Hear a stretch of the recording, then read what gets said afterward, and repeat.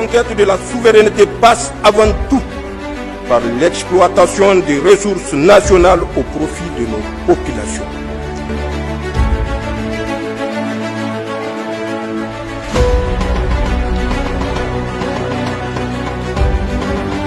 Au Niger, les autorités renforcent leur dispositif de contrôle de la société civile. Le ministère de l'Intérieur, de la Sécurité publique et de l'administration du territoire a officiellement procédé à la dissolution de plusieurs organisations non gouvernementales et associations de développement exerçant sur l'ensemble du territoire national. Cette décision d'envergure est consacrée par l'arrêté numéro 0027 en date du 7 janvier 2026. Elle s'inscrit dans une dynamique affirmée de promotion de la transparence, de la bonne gouvernance et du respect strict du cadre légal qui régit les organisations de la société civile.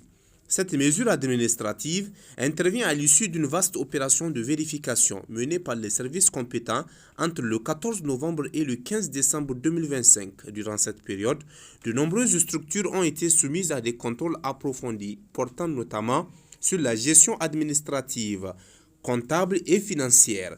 Selon les autorités, les organisations concernées n'ont pas été en mesure de produire les pièces justificatives exigées, en particulier les documents comptables et financiers, malgré les délais supplémentaires accordés après des mises en demeure régulières. Déjà en janvier 2025, un rappel officiel avait été adressé à l'ensemble des ONG et associations de développement. Les autorités les avaient alors sommés de publier leur état financier relatif à l'exercice précédent dans le journal officiel de la République du Niger, avec pour date butoir le 31 mars 2025, une obligation légale restée sans suite pour les structures aujourd'hui dissoutes.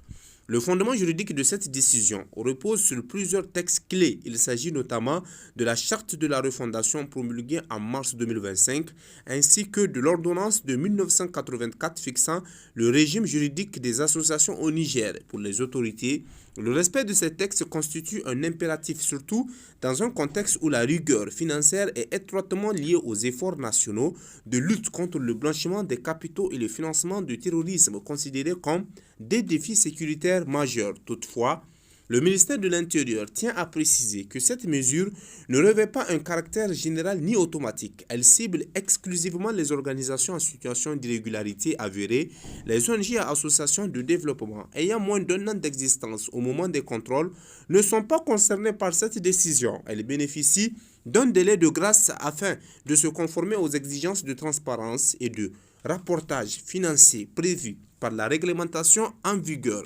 À travers donc cette action, les autorités nigériennes entendent assainir l'environnement associatif, renforcer la crédibilité de la société civile et garantir que les structures opérant sur le territoire national agissent dans le strict respect des lois de la République.